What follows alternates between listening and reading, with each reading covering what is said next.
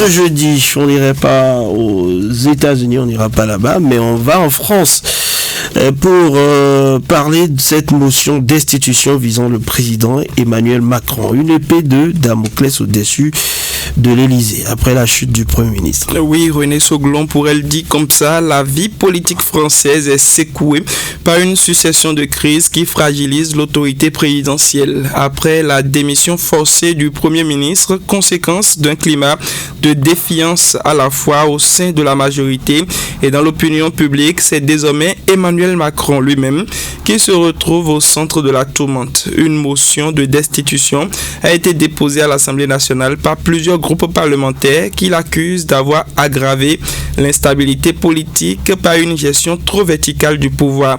Pour ces élus, le président n'a pas su tirer les leçons de la colère sociale et des tensions institutionnelles, préférant s'appuyer sur un cercle restreint plutôt que sur un véritable dialogue national. Cette initiative traduit un malaise profond qui ne se limite plus à une simple contestation du gouvernement, mais remet en cause la légitimité de la fonction présidentielle elle-même en France. Voilà, et une procédure exceptionnelle, mais symbolique, vous nous dites. Oui, la motion de destitution en France, prévue par l'article 68 de la Constitution, constitue une procédure d'une extrême gravité. Elle ne peut même pas aboutir, sinon elle ne peut aboutir qu'en cas de manquement à ses devoirs, manifestement incompatible avec l'exercice de son mandat. Mais concrètement, il faut d'abord qu'un dixième des parlementaires signe la motion, puisque les deux chambres réunies en haute cour se prononcent à la majorité des 2/3.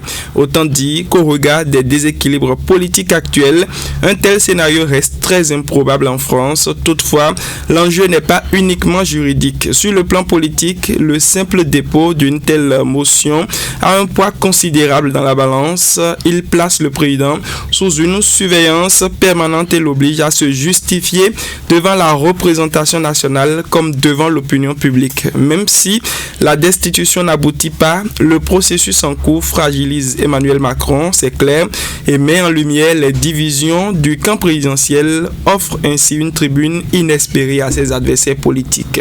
L'Élysée est sous haute surveillance. Oui, René Sauglon, derrière cette confrontation institutionnelle se joue en réalité une bataille plus large pour le contrôle de l'agenda politique français.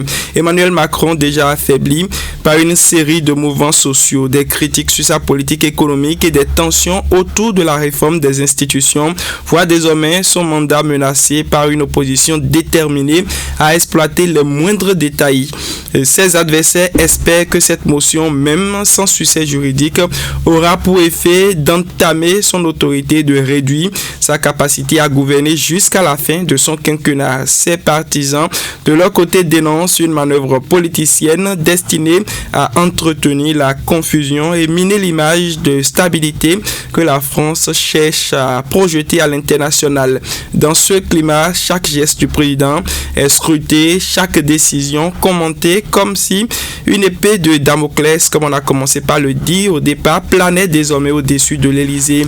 Plus qu'un simple épisode de tension parlementaire, cette affaire pourrait bien marquer un tournant de la manière dont la présidence de la République est perçue et exercée en République française. Voilà, merci à vous, Louis Chavalot, pour toutes ces précisions liées à cette actualité qui secoue la vie politique en France.